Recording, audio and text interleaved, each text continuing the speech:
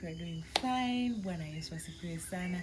Leo nimekuja nina kitu kimoja nataka tukiweke sawa before tujavuka mwaka 2025, na hili ni ile checklist yetu kama kawaida. Mwaka huu tulifanya, lakini pia nimeona ni kabla hatujavuka 2025 tuweke kwanza mambo sawa. So, kwa kwanza nianze kwa kusema Merry Christmas pamoja na mwaka mpya. I hope na familia yako mmeenjoy na tunaendelea kuenjoy as we wait for tarehe 31 kuvuka mwaka. So, kitu cha kwanza, chukua kalamu na daftari, then let's start immediately, mambo yasiwe mengi. Rule number 1, put God first at the center of everything ambacho unakifanya. Mungu awe wa kwanza. 2026 Mungu kwanza, and then vitu vingine vinafuata. Number 2, live heavy heart in 2025. Ni muda wa kuheal and moving on. Kuna watu hujawasamehe, samehe. Kuna watu wamekukwaza, wajikomba msamaha, wewe samehe. Achana na makwazo, usibebe makwazo 2025 kwa mwaka 2026. Angalia kuanzia Januari mpaka Disemba hii, wale kukwaza ni wangapi? Je, wamekuomba msamaha wangapi? Na ambao hawajakuomba msamaha ni wangapi? Je, hao watu wote, je, kuna chochote walichokiongeza katika maisha yako au kuna walichokipunguza? So, haina haja kubeba makwazo, maumivu na mambo mengine kama hayo. Achana na hayo mambo. Live the heavy heart in 2025. Tunavuka mwaka tukiwa na moyo ambao ni mweupe na tunaanza upya kabisa. So, jisamehe na wewe pia pale ambapo unajua umejikosea, haukujitendea haki. Just forgive yourself and forgive everyone. Usitegemee kuomba msamaha, lakini wewe samehe. Okay? Rule number 3, usishikilie ile mambo ulishindwa kuyafanya 2025.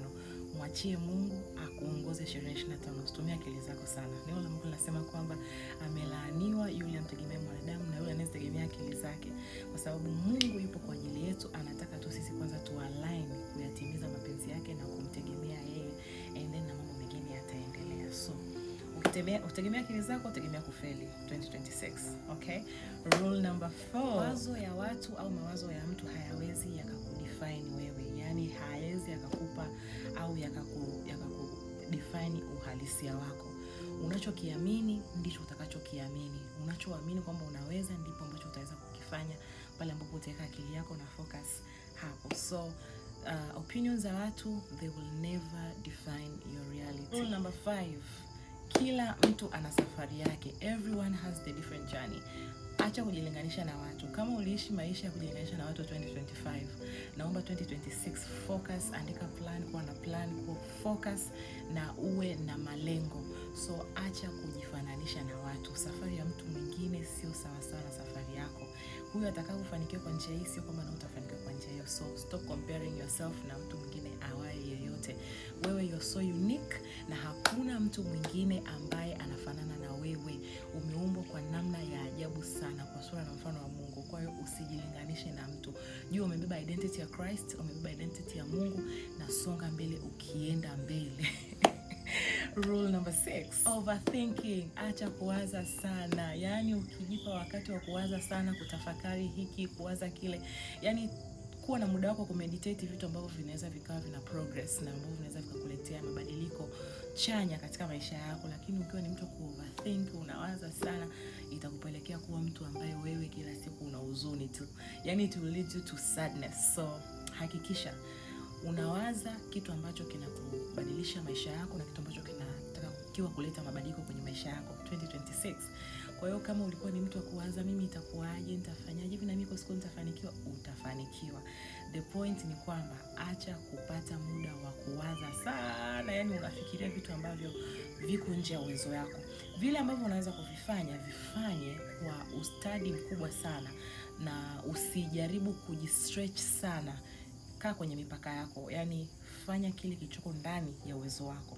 Kwa sababu ukiendelea kuforce itakufanya kwamba ushindwe kuendelea kuprogress huku ukiwa unatamani kufanya kitu ambacho hauwezi kuifanya kwa wakati huo. So, jifunze kujipa time. Wazungu wanasema your thoughts affect your moods. So, jitahidi 2026 mawazo yako, your thought, yale unawaza, ideas na nini na kila kitu kiwe positive, kwa sababu vita affect your mood. So, utakachokiwaza ndicho kitakachokupa outcome ya mood yako. Unaweza kuwa una mood ya sadness weakness na vitu vingine kama hivyo. Lakini jitahidi sana uhakikishe your thoughts, as I said earlier, yanakuwa ni thoughts ambazo ni very positive. Kwa hiyo waza yale ambayo ni mazuri, jitamkia yale ambayo ni mazuri. Ukijitamkia kwa failure, basi utakuwa failure, kwa sababu neno la Mungu pia linasema kwamba uweza wa uzima na mauti vingali katika uweza wa ulimi.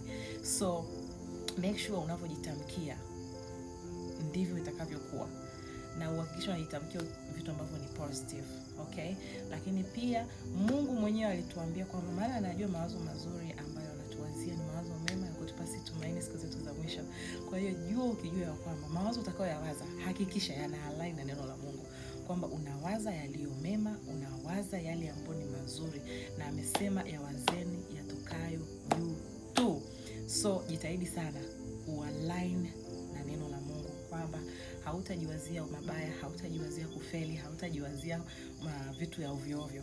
Hakikisha we mood yako every time ni very very very positive, okay? Na hii ni kwa ajili ya mtu yoyote, yani hakuna mtu atakwambia hivi vitu, lakini ni vitu vidogo vidogo ambavyo hatuvipi attention na vina effect kubwa sana katika maisha yetu. So make sure, nikisisitiza ni kwamba kindness is free. It is okay to let go and to move on.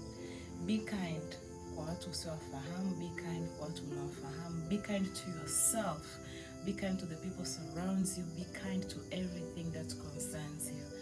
Be kind, kuwa mtu ambaye ni mwema. Jitendee wema wewe, tendea watu wengine wema, hata kama unawajua na uwafahamu. Najaribu kuongea lugha zote mbili, msije mkasema huyu naye. But be kind to yourself, love yourself as much as you can. Yani ukianza kujipenda kwanza wewe, utaweza kureflect huo upendo kwa watu wengine. As we say, love also is free. And the word of God say that kwamba unawezaje kusema kwamba unampenda Mungu kama humpendi ndugu yako? Kama unashindwa kumpenda ndugu yako, unaweza kusema unampenda Mungu usiyemuona? So yeah, things will get better on time. Neno la Mungu nasema hivi, yeye Mungu atatenda lile jambo. Yani anasema kwamba kwa maana mimi ndiye Mungu na kwa wakati wake atalitimiza. Kila kitu kina majira na nyakati zake.